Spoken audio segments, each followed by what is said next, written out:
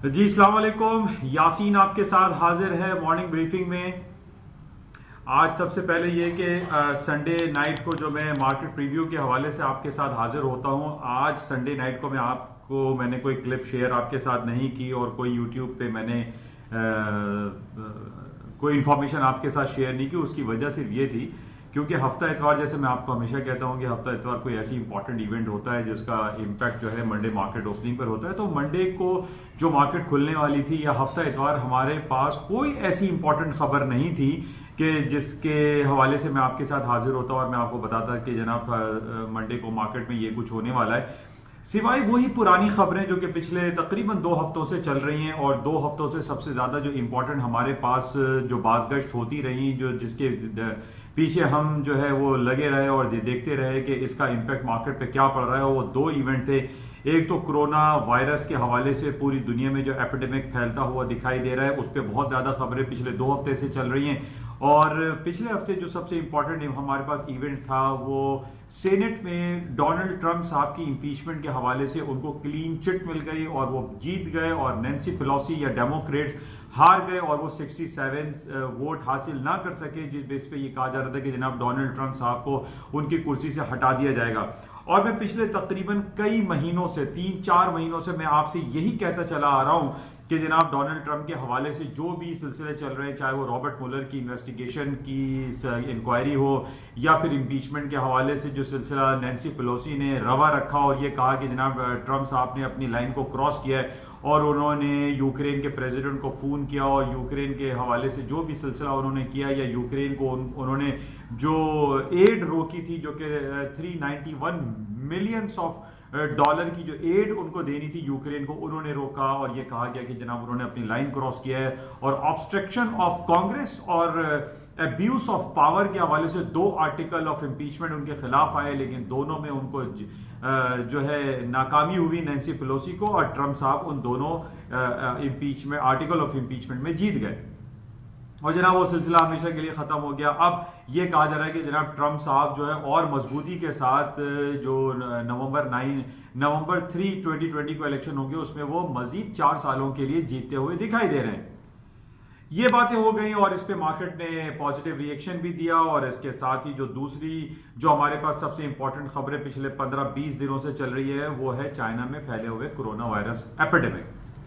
अच्छा, इसमें बहुत सारी खबरें हमारे पास आ रही हैं कि जनाब ये कोरोना वायरस बेसिकली क्या वाकई में ये कोरोना वायरस का है जो एपिडेमिक फैलता हुआ दुनिया में दिखाई दे रहा है, इसकी कोई हकीकत भी है या ये कोई पीछे कॉन्स्पिरेसी चल रही है, इसके पीछे कोई कहानी है, या अमेरिकन लॉबीज हैं, या CIA है, या कोई और काम कर रहा है ताकि चाइना की मार्केट, जिसको हम देख रहे हैं कि पिछले 20 सालों में आप उठा के देख लीजिए कि दिन दुगनी रात चौगनी चाइना की मार्केट ट्रेड कर रही है, पूरी दुनिया में फैलती चली जा रही है। हमारे आपके सामने दाएं बाएं अगर आप उठाकर देखें तो मेड इन चाइना के टैग लगी हुई चीजें आपको नजर आ रही हैं। अच्छा, इससे सबसे इंपॉर्टेंट हमारे पास जो 11/11 को जो इवेंट गुजरा, यानी 11 नवंबर 2019 में जो वक्त गुजरा, उस दिन हमने ये देखा कि अलीबाबा जैक मां, जो इनकी कंपनी है अलीबाबा, उन्होंने एक दिन में यानी 24 आवर्स में 38 बिलियंस ऑफ डॉलर का रिकॉर्ड बनाया और अपने ही पिछले साल का 30 अरब डॉलर का रिकॉर्ड को ब्रेक कर दिया।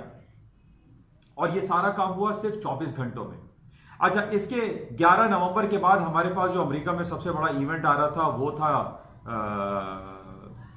थैंक्स गिविंग डे हॉलीडे, जो कि 28 नवंबर को सेलिब्रेट हुआ। और उसमें भी यही होता है कि पूरे अमेरिका और यूरोप में थैंक्स गिविंग डे हॉलीडे के बेसिस पे बेतहाशा शॉपिंग्स होती हैं। 28 नवंबर को हुआ, जुमेरात का दिन था, उसके बाद वेरी नेक्स्ट डे फ्राइडे की दिन आया, फ्राइडे में शॉपिंग हुई, फ्राइडे को मार्केटें बंद जैसी थी, फिर सैटरडे और संडे आया और उसके बाद एक मंडे का दिन आया जिसको साइबर मंडे कहते हैं। इन 5-6 दिनों में अमेरिका ने जो शॉपिंग की वो महज 20 और 25 बिलियंस ऑफ डॉलर की थी, वो भी 7 डेज के टाइम पीरियड में। अब इसका हम मवाजना, अच्छा चलिए इस बात को ले लेते हैं कि एक हफ्ता, उसके बाद आ गया 25 दिसंबर यानी क्रिसमस डे हॉलीडे, उसके बाद आ गया न्यू ईयर हॉलीडे, यानी 28 नवंबर से अगर हम चेक करते हैं और उसके बाद हम न्यू ईयर हॉलीडेज 1 जनवरी तक हम कैलकुलेट करते हैं कि मार्केट में क्या कुछ हुआ, क्या मार्केट ने जो बिलियंस ऑफ डॉलर की जो शॉपिंग की, क्या वो अली बाबा का जो जैक मा ने जो शॉपिंग कराई एक दिन के अंदर 38 बिलियंस ऑफ डॉलर की, क्या उसका रिकॉर्ड अमेरिका तोड़ पाया? तो हमें जवाब मिलता है कि अमेरिका हार गया। अमेरिका इसमें या यूरोप की मार्केट में वो रिकॉर्ड ब्रेक नहीं हो सके जो चाइना ने महज 24 आवर्स में कर दिए। अब देखिए, इसको आप चेक करें कि इन दो चीजों का मवाजना करें। एक 24 घंटे में चाइना क्या कर रहा है और यहां तकरीबन 35 डेज में अमेरिका और यूरोप क्या कर रहे हैं। हम ये देख रहे हैं कि अमेरिका और यूरोप जो है वो टोटल तौर पर मतलब उसमें कामयाबी हासिल नहीं कर सके। वो 38 अरब डॉलर के यानी 38 बिलियंस ऑफ डॉलर के टारगेट को वो 35 डेज में भी अचीव नहीं कर सके, उसको तोड़ नहीं सके। तो अब ये खलबली मच गई पूरी दुनिया में कि जनाब चाइना इतनी तेजी से पूरी दुनिया पे काबिज होता चला जा रहा है, ना सिर्फ ट्रेड के हवाले से बल्कि अपनी ही ट्रेड वॉल्यूम को वो बढ़ाता चला जा रहा है। अब चाइना की छुट्टी आने वाली थी 24 जनवरी को, न्यू लूनर ईयर हॉलिडे। अब ये कॉन्स्पिरेसी जो बजाहिर मुझे दिखाई दे रहा है कि ये कॉन्स्पिरेसी थी, चाहे वो उसमें सीआईए को आप कह लीजिए, अमेरिकन लॉबीज को कह लीजिए, उन्होंने एक वायरस छोड़ दिया जनाब जिसका नाम रखा कोरोना वायरस। उस बेस पे 24 जनवरी से लेके 30 जनवरी तक उनका हॉलीडेज था और इन एक हफ्ते हॉलीडेज में चाइना में बेतहाशा शॉपिंग होती है, लोग ट्रैवल करते हैं, एक शहर से दूसरे शहर जाते हैं, हवाई जहाज पे ट्रैवल करते हैं, ट्रेन पे करते हैं, गाड़ियों में करते हैं, बेतहाशा वो ट्रैवल करते हैं और शॉपिंग करते हैं। अब इस डर को दबाने के लिए कि जनाब चाइना पता चला एक हफ्ते में फिर दोबारा नई शॉपिंग कर लेगा और अपने प्रीवियस जो लूनर ईयर हॉलीडेज के रिकॉर्ड थे या जैक मा अली बाबा का 11-11 का जो रिकॉर्ड था वो ब्रेक हो जाएगा और अमेरिका या यूरोपियन कंट्रीज जो है उस रिकॉर्ड को फिर जनाब उस बेसिस पे एक लूजिंग पोजीशन पर आ जाएंगे। जो डिफरेंट हलकों से मुझे खबरें मिली और मैं डिफरेंट मीडियाज पे और जो रिपोर्ट्स पढ़ रहा हूं उसमें मुझे यही दिखाई दे रहा है कि ये 100% एक कॉन्स्पिरेसी क्रिएट की गई है और उस कॉन्स्पिरेसी का जीता जागता सबूत क्या नजर आ रहा है। 2 दिन पहले आप खबर पढ़िए कि वो डॉक्टर जिसने कोरोना वायरस को इन्वेंट किया या उसको प्रमोट किया या उसको फियर को स्प्रेड किया, जिसको हम विसल ब्लोअर डॉक्टर कह रहे हैं, वो मर गया। और वो मरा कैसे, ये खबर आ रही है कि जनाब उसको भी कोरोना वायरस की वजह से जो है ना वो उसकी डेथ हो गई। अब नॉर्मली हमने ये देखा है कि पूरी दुनिया में जो शख्स बड़े बड़े काम करता है या पीछे the man behind these all conspiracies होता है, उसको सबसे पहले खत्म कर दिया जाता है, मार दिया जाता है। अब ये कोरोना वायरस के बेसिस पे मर गया वो डॉक्टर या उसको मार दिया गया, ये एक अलग कहानी है, एक मिस्ट्री है। तो बहरहाल मेरा कहने का मकसद आपको सिर्फ ये है कि ये जो भी सिलसिला हमारे सामने रहा कोरोना वायरस के हवाले से और पिछले 24 जनवरी से 30 जनवरी तक हमने देखा कि बेताशा लोग घरों में बंद हो गए। वुहान सिटी जहां पर ये कोरोना वायरस फैला वहां पे ताले लग गए, दुकानें बंद, शॉपिंग सेंटर बंद, कोई काम नहीं हो रहा।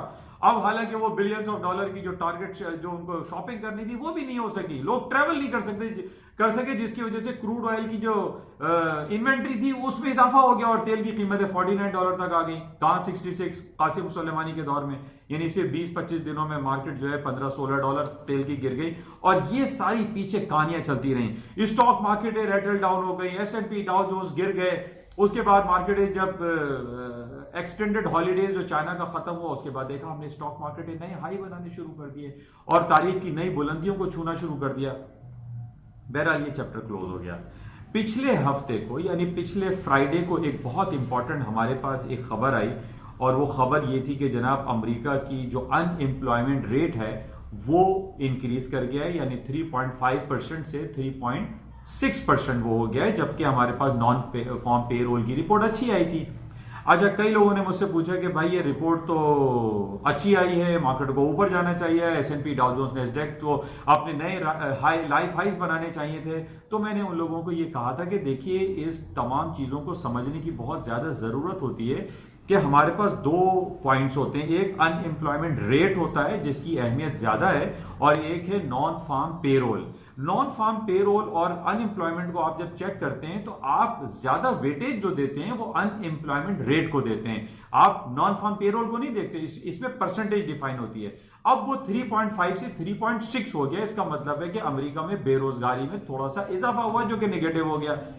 3.5 होता वो सही होता, तो इस बेसिस पे कि जॉब की रिपोर्ट थोड़ी सी स्लाइटली अनएम्प्लॉयमेंट रेट खराब आया, उस बेसिस पे मैंने आपको इंडिकेट किया था कि मार्केटें थोड़ी सी डाउन हो गई। और पिछले 3-4 दिनों से मैं आपसे यही जिक्र कर रहा हूं कि टेक्निकल ग्राउंड पे मार्केट सैचुरेट हो चुकी है, मैच्योर हो चुकी है। और टेक्निकल ग्राउंड पे खासतौर पे अगर हम नेस्डैक को देखते हैं तो उसका 95 फिगर ले लीजिए, या 9485 या 9490 का level is a very important resistance area है। वहां से मार्केट क्रॉस नहीं कर पा रही है और मार्केट स्लम्प हो जाती है, डाउन हो जाती है, फॉलिंग साइड पर आ जाती है। और आज यही सुबह अर्ली मॉर्निंग हुआ, जब रात को 4 बजे पाकिस्तानी वक्त के मुताबिक एट 4 o'clock मार्केटें खुली, तो उसके 1 घंटे के अंदर हमने देखा कि नेस्डैक, डाउ जोन्स, एसएनपी ने एक एट सडन डाउन लो बनाने शुरू कर दिए।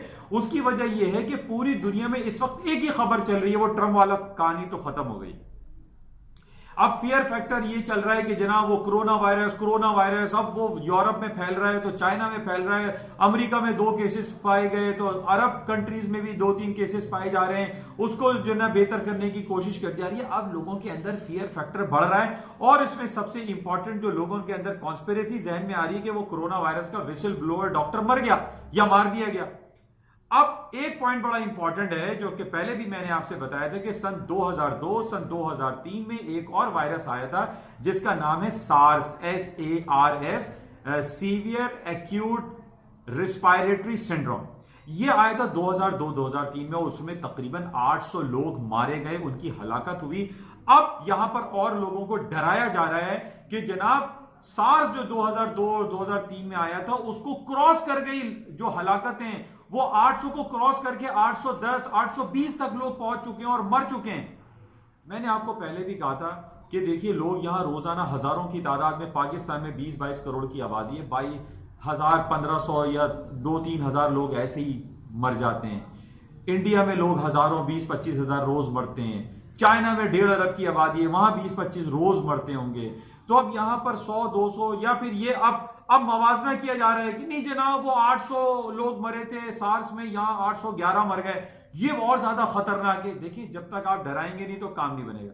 यहां पे डराया जा रहा है, फियर फैक्टर क्रिएट किया जा रहा है। अब इस फियर फैक्टर को क्रिएट करने की वजह सिर्फ यही दिखाई दे रही है कि बिहाइंड इट जो टेक्निकल ग्राउंड है और चाइना को मारने की कोशिश की जा रही है। क्योंकि चाइना, एक तरफ हम ये समझने की बड़ी जरूरत है कि अमेरिका हाथ जोड़कर, जो इनकी डील हुई है, ट्रेड डील हुई है, जो फेज 1 डील साइन हुई है, उसमें चाइना ने हाथ जोड़कर, अमेरिका ने हाथ जोड़कर चाइना से कहा है कि वो अपनी करेंसी को स्ट्रॉन्ग करे, वीक ना करे। स्ट्रॉन्ग करने पे उनकी जो एक्सपोर्ट है वो थोड़ी सी डिक्लाइन करेगी। लेकिन चाइना इस बात को नहीं मान रहा है, नहीं सुन रहा है। चाइना कह रहा है कि मैं अपनी करेंसी को वीकर साइड पे रखूंगा, मैं अपने इंटरेस्ट रेट को लोअर साइड पे रखूंगा, मैं अपनी एक्सपोर्ट को बढ़ाता रहूंगा।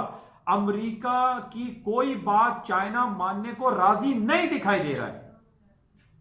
अब ये समझ में आ रहा है कि भाई चाइना को किस तरीके से ढेर किया जाए, किस तरीके से इसको मारा जाए, क्योंकि चाइना तो फैलता चला जा रहा है। आप देख लीजिए हर तरफ चाइना ही चाइना नजर आ रहा है। तो अब ये पीछे जो कॉन्स्पिरेसी दिखाई दे रही है वो यही है कि चाइना का पूरी दुनिया में जो है ना, इस तरीके से इसको फैला दो, फियर फैक्टर क्रिएट कर दो कि चाइना से लोग सामान ना खरीदें, वहां से इंपोर्ट ना करें, उधर ट्रेवलिंग ना करें, उधर जाएं नहीं, उसकी चीजें इस्तेमाल ना करें, उसकी इंपोर्ट एक्सपोर्ट को खत्म कर दें।